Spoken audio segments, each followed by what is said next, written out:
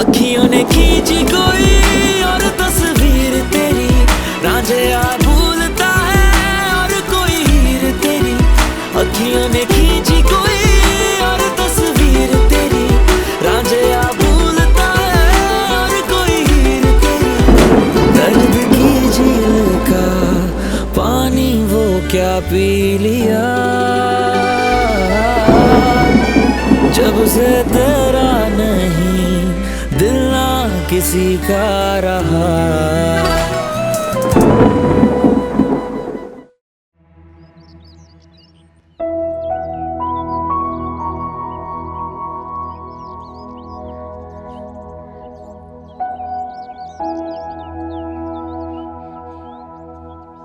الو سلام، با شهناز صحبت میکنم؟ بله من شهناز هستم. الان داشتم به شما فکر میکردم. خب مدتی میشه که باهاتون حرف نزدم، برای همین تماس گرفتم ببینم پیگیر کارم که هستیم. آره عزیزم، شما کارو به من سپردی، نگران نباشید، درست میشه. شهناز میدونیم من تماس گرفتم بگم برادر الینا هنوز به ما زنگ نزده. ما خیلی وقته که منتظر تماسشونیم. تماس از طرف الینا؟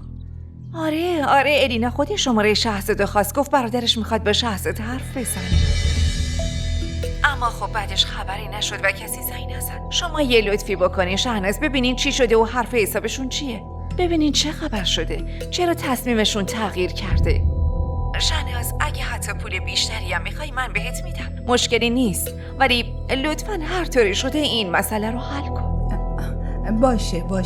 باشه من پیگیرم، نگران نباشید، بعد بهتون خبر میدم. باشه متشکرم، خداحافظ.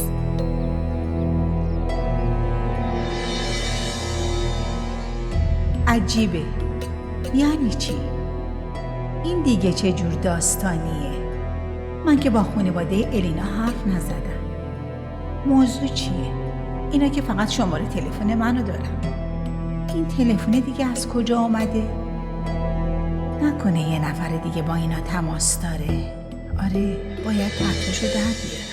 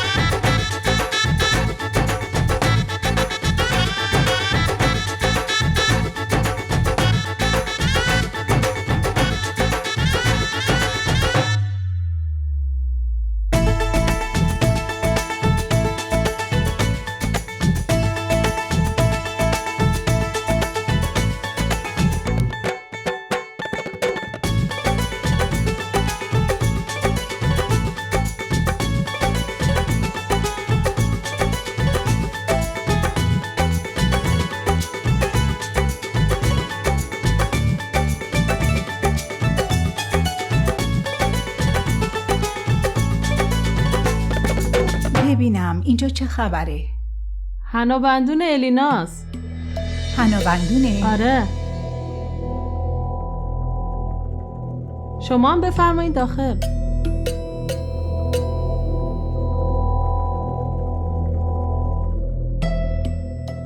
شمایید شهناز؟ شما چیزی نگفتی؟ اینجا چه خبره؟ الینا داره ازدواج میکنه؟ من چجوری بهت میگفتم؟ از وقتی رفتی دیگه ازت خبر ندارم. خواستگارم که پیدا نکرد. به لطف خدا یکی از آشناهامون این خانواده رو بهمون معرفی کرد. خدا رو شکر خیلی خانواده نجیب و خوبی هستن. آره درسته، حق با شماست. منم داشتم دنبال یه خواستگار خوب میگشتم. حالا شما چرا با این عجله؟ من برای همین اومدم. الان دیگه این حرفا فایده ای نداره عزیزم. قسمت الینای ما هم این بوده دیگه. همش دست سرنوشته. حالا که اومدی بیا غذا بخور و بعد برو. یه مقدارم با خودت ببر. نه من کار خیلی مهمی دارم، باید برم به کارام برسم. خب پس هر طور راحتی. مهمونه آمدن، من باید برم. بفرمایید شما.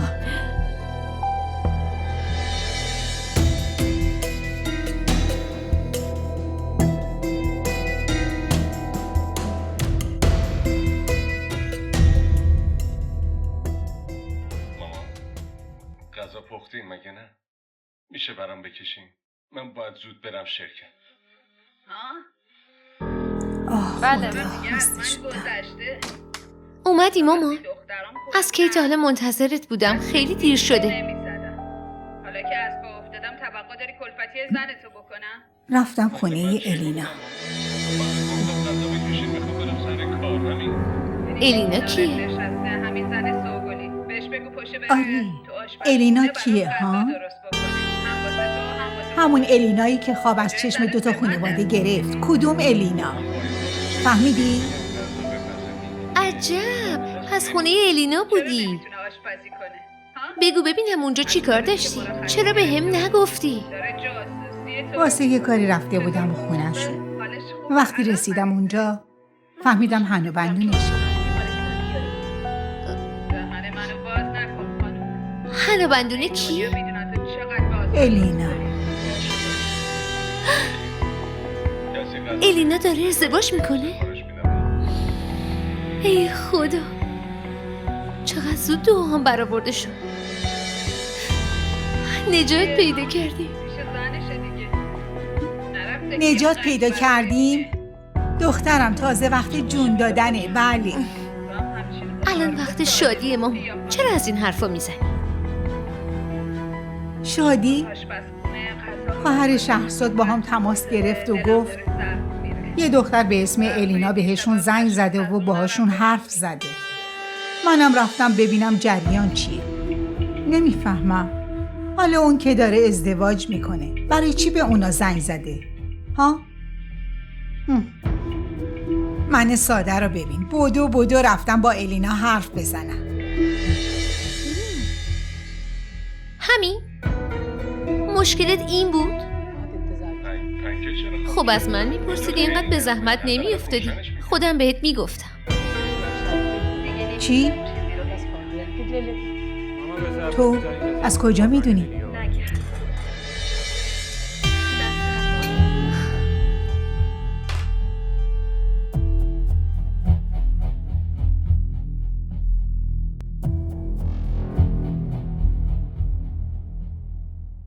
من بهشون زنگ زدم.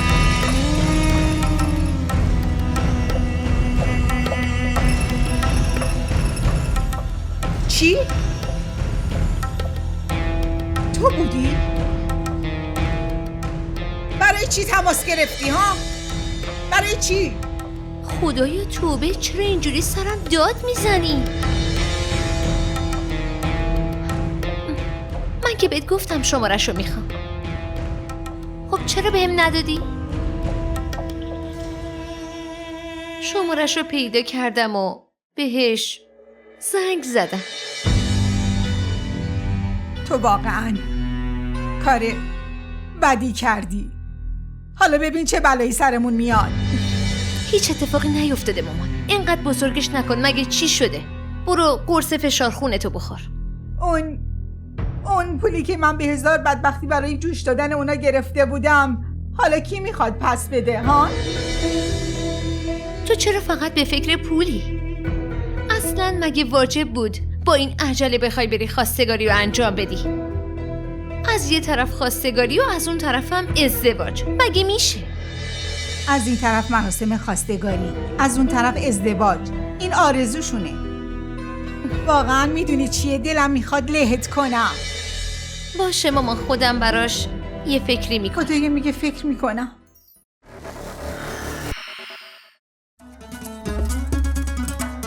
DDTV شبکه محبوب فارسی زبان در آمریکا.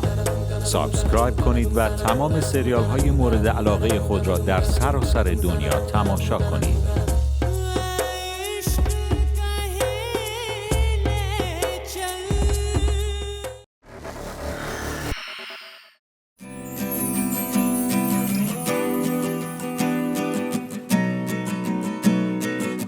ببخشید خانم، آقا وجدان برای دیدن شما اومدن. وجدان اومده؟ کجاست؟ راهنماییشون کردم، تو اتاق نشیمن است.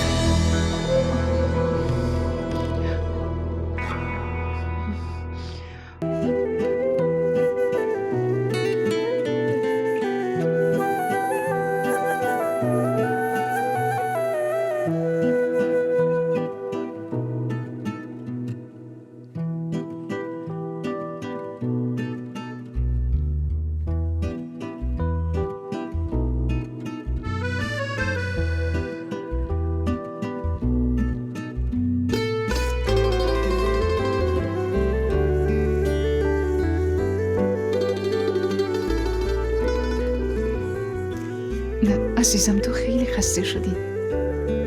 همینجا بشین، من علی رو میفرستم پیشت.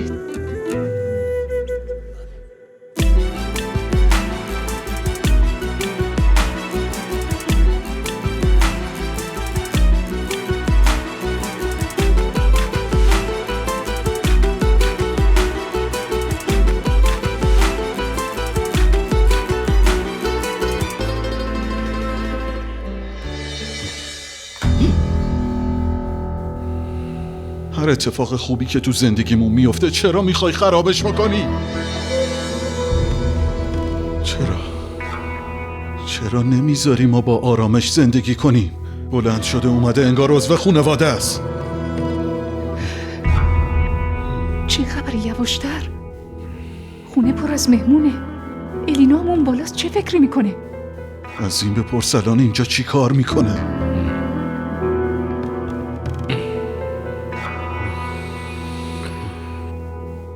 من توی این خونه حق دارم. تو پسرمی. این زن قبول بکنه یا نکنه. ببینم تو چه فکری کردی که بدون من برای پسرم عروسی بگیری؟ فکر کردی خبردار نمیشم؟ مشورت کردن که هیچی. حتی نخواستی این خبر مهم رو بهم بدی. برای کدوم پسر حرف میزنی؟ خجالت نمیکشی به من میگی پسرم؟ من فقط پسر مادرمم، هیچ پدری ندارم.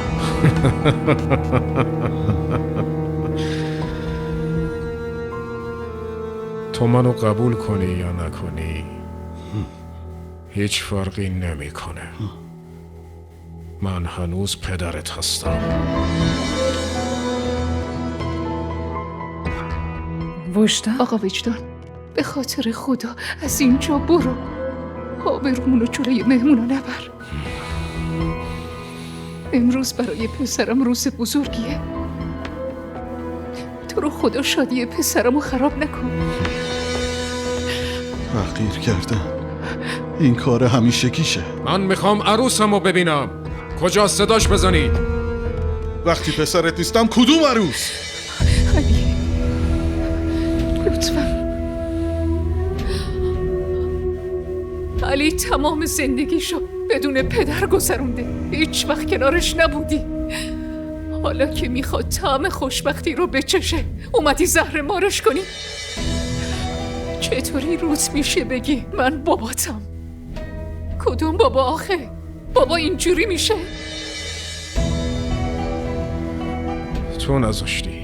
تو نذاشتی من باباش باشم. کل زندگیش از وقتی کوچیک بود ذهن این بچه رو پر کردی که از من متنفر باشه.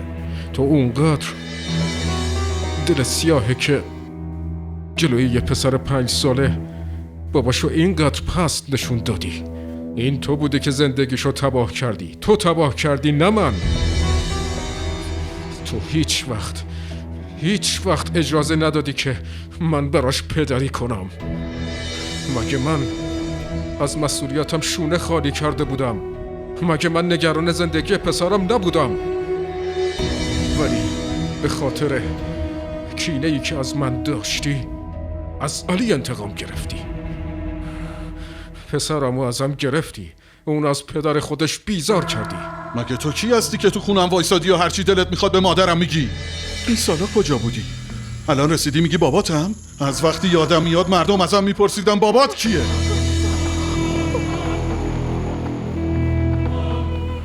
علی بس کن پسرم، آروم باش. این رابطه فقط یه بازیه، چیزی دیگه ای نیست.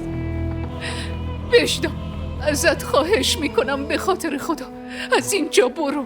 همه یه زندگی منو اذیت کردی و لذت بردی، بس دیگه. حالا همون کارو با پسرم نکن، عذابش نده.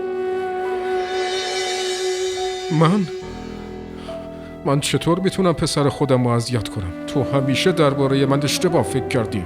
مامان تو رو خدا لطفاً از این آدم خواهش نکن. داری خودتو کوچیک میکنی؟ کل زندگیت کتکت زده، بعد حالا داری بهش التماس میکنی؟ پس من چی کار کنم؟ یه چیزی میگم، خودت قضاوت کن علی.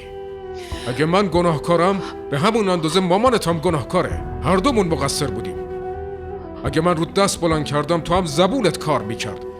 دستای من خسته میشد ولی زبون تلخ تو نه. اینو بفهم، چون به تو احتیاج داره اعتماد تو به دست آورده. خودت با پای خودت میری بیرون یا بندازمت بیرون؟ گورتو گم کن. این حرفو به یاد داشته باش. دروغای این زنو باور نکن. یه روز حتما پشیمون میشی.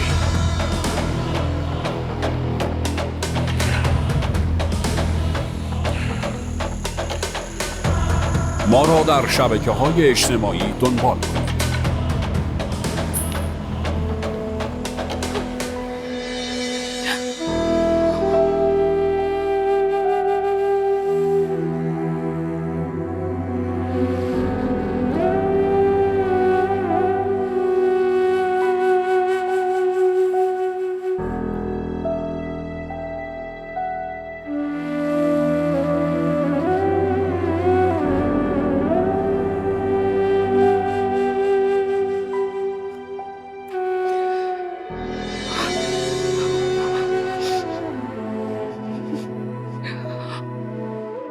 مامان حالت خوبه؟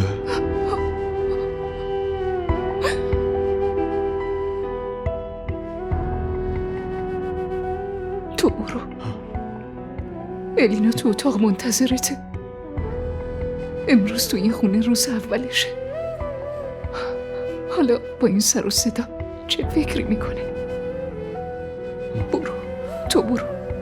میرم ولی تو نگران نباش. پسرم من خوبم، تو برو.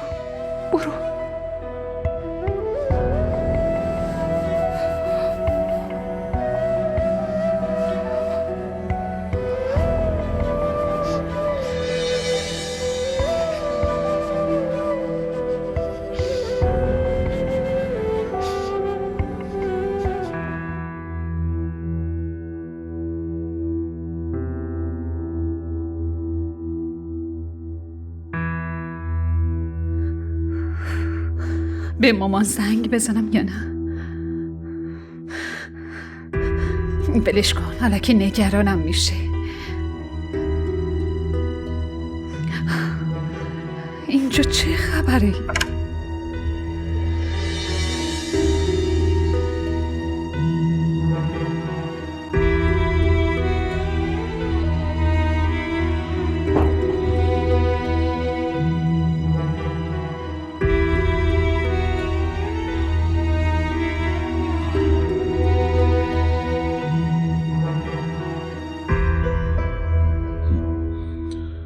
ببین، من از دخترایی که وقتشون رو الکی با تلفن هدر میدن خوشم نمیاد.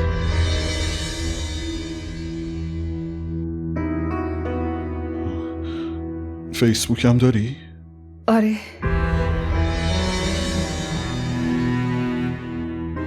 فیسبوک رو حذف کن. واتساپت هم غیر فعال کن.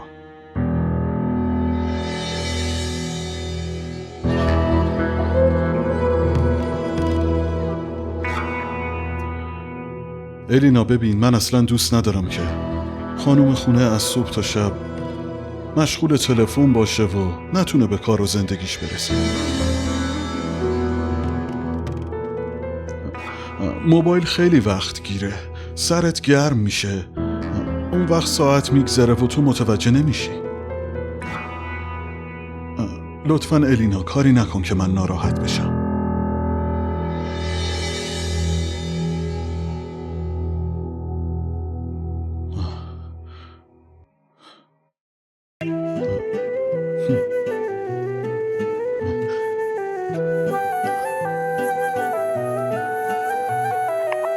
चाहे दीद तेरी नैनों की आदत बुरी, चाहे दीद तेरी नैनों की आदत बुरी, तुम थे वो अजनबी थे सामने लापता. تو فکرم بود که برات یه انگشتر خوشگل و زیبا بخرم، ولی خب جلوی زیبایی تو جلوه‌شو از دست داد، کم آورد. به کاش چیز دیگه میگرفتم، ولی اونم بیفایده بود. اونم جلوی تو رنگ میباخت. خدا بعضیا رو با زیباییشون نوازش میکنه، انقدر زیبا که حتی یه لحظه هم نمیتونی چشم برداری. نمیدونی چجوری حستو بیان کن.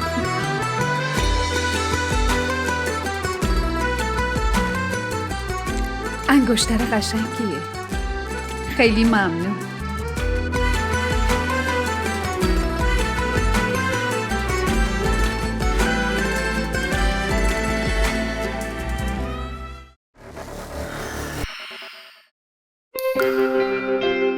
DDTV شبکه محبوب فارسی زبان در آلمان. سابسکرایب کنید و تمام سریال های مورد علاقه خود را در سراسر دنیا تماشا کنید.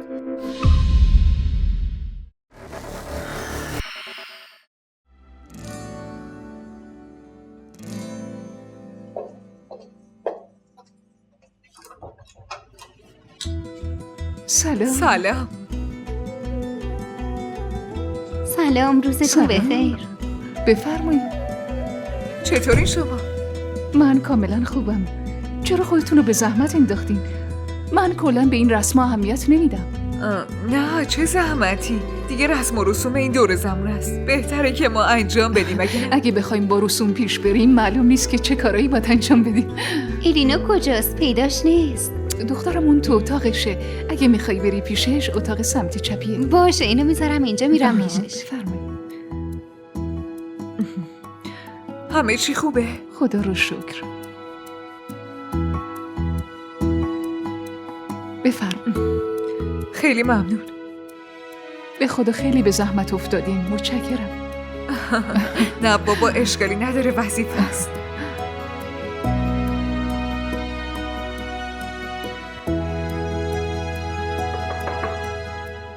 بفرمایید. ماشاءالله خیلی خوشگل شدی. رامشا کی اومدی؟ همین الان. مامان کجاست؟ اونم اومده. واقعا؟ بیا اینجا. این حرفا رو ول کنه. بگو داداش علی کجاست؟ تو همومه. تو هموم چی کار میکنه؟ خب ببخشید. بگو ببینم تو خوشحالی؟ خیلی خوشحالم. اون که از قیافت معلومه.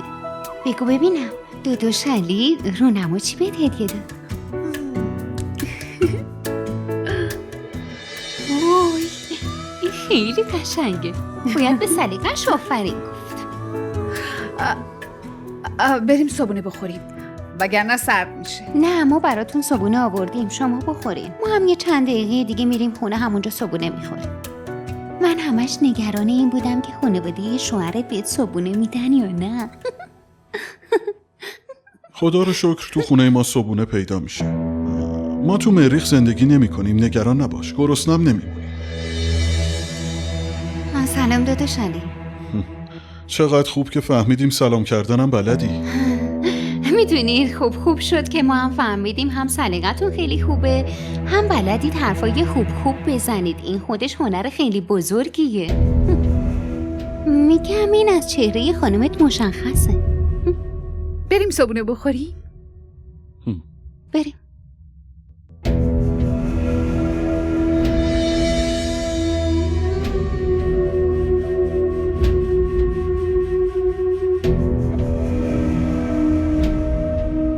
حال تیمور 2 روزه که اصلاً خوب نیست، به منم چیزی نگفته.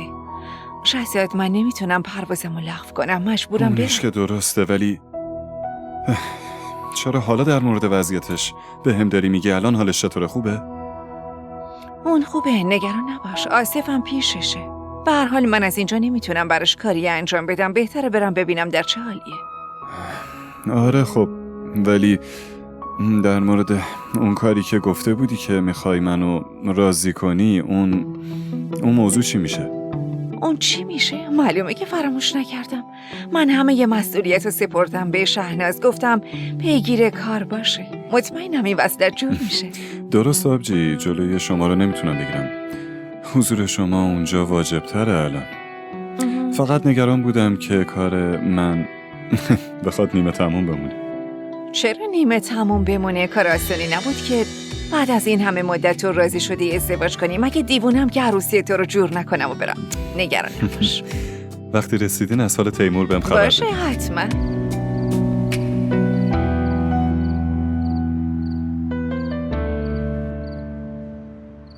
از حرفای رامشا اصلا خوشم نیومد. اون واقعا فکر میکنه ما تو رو گرسنه میذاریم؟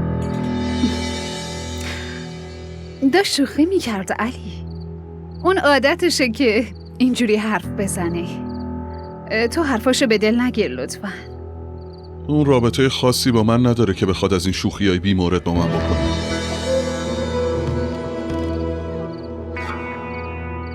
ما را در شبکه‌های اجتماعی دنبال کنید.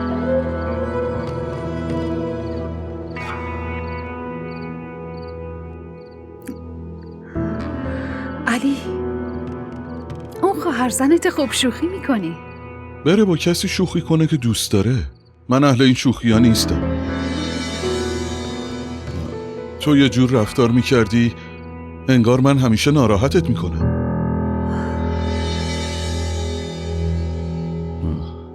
ببینم حرفامونو که بهش نمیگی؟ نه هیچ وقت نمیگم. پس منظورش چی بود؟ فقط یه شوخی بود، هیچ منظوری نداشت. بدون اینکه فکر کنه یه چیزی میگه. بچه هست دیگه، نادونی میکنه. اگه هنوزم ناراحتی من از طرف اون ازت معذرت میخوام. اصلا اینطوری فکر کن که اون چیزی نگفت و تو هم چیزی نشنیدی. اون لال نیست، منم کر نیستم. خودت حالیش کن دیگه خب؟ وگرنه خودم حالیش میکنم. اونم به روش خودم.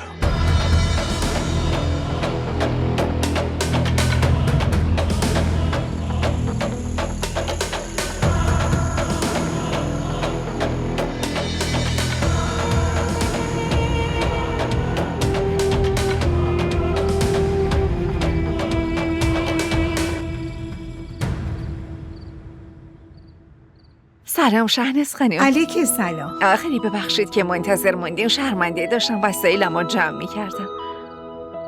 وسیله؟ قراره جایی برین؟ بله، من دارم برمیگردم آمریکا. دوباره آمریکا؟ هنوز که ازدواج شهرزاد درست نشده. من نمیخواستم برم ولی خب یه کار مهم پیش اومد که مجبورم برم. اما مطمئنم که شما کار رو به نحو احسن انجام میدین شهناز خانم. خیالم راحته. آره حتما. شما هر چه زودتر این وصلت رو جور کنید. میخوام دفعه بعد که میام پاکستان برای عروسی شهزاد بیام. مطمئنم که حواستون به برادرم هست. آره به امید خدا درستش میکنم. میخواستم یه چیزی بگم. چی شده؟ بگین. خانواده یه دختر اصلا مثل اروپایی ها فکر میکنن. اونا معتقدن دختر و پسر باید تو رابطه آزاد باشن. از من خواستن که بچه ها یه مدت با همدیگه تلفنی صحبت کنن. من که کلاً مخالف این رابطه هستم، چه از لحاظ اخلاقی چه از لحاظ شرعی. به هر صورت هر کس برای خودش یه عقیده هایی داره. نه من هیچ مشکلی با این موضوع ندارم، ولی باید نظر شهزادم بپرسم ببینم اون چی میگه. آره من ازش میپرسم که میخواد حرف بزنه یا نه. تصمیم آخر رو اون باید بگیره. باشه حتما. این یه مقدار پوله، اینو بگیرین شهناز خانم. من اینجا نیستم، شاید لازمتون بشه. خیلی ممنون، خدا برکت بده. خواهش میکنم. ببینم تو فکر کردی اینجا هتله؟ هر وقت دلت خواست بری، هر وقت دلت خواست بیای. علی اونجا خونه منه، همونطور که اینجا خونه توی. من که به زور نیومدم، تو با رضایت خودت منو عقد کردی و آوردی اینجا. من توی این خونه حتی نمیتونم نفس بکشم. خودم الان نفس تو بند میارم. علی من از زنایی که رو حرف شوهرشون حرف میزنم متنفرم.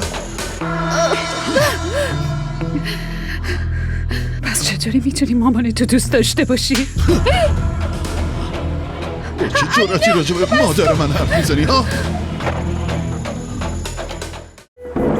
अखियों ने खींची कोई और तस्वीर तेरी रांझा भूलता है और कोई हीर तेरी अखियों ने खींची कोई और तस्वीर तेरी रांझा भूलता है और कोई हीर तेरी दर्द की झील का पानी वो क्या पी लिया. بابت تماشای این قسمت از شما ممنونیم. اگر از تماشای آن لذت بردید لطفاً نظرات خود را برای ما بنویسید و این ویدیو را با دوستان خود به اشتراک بگذارید.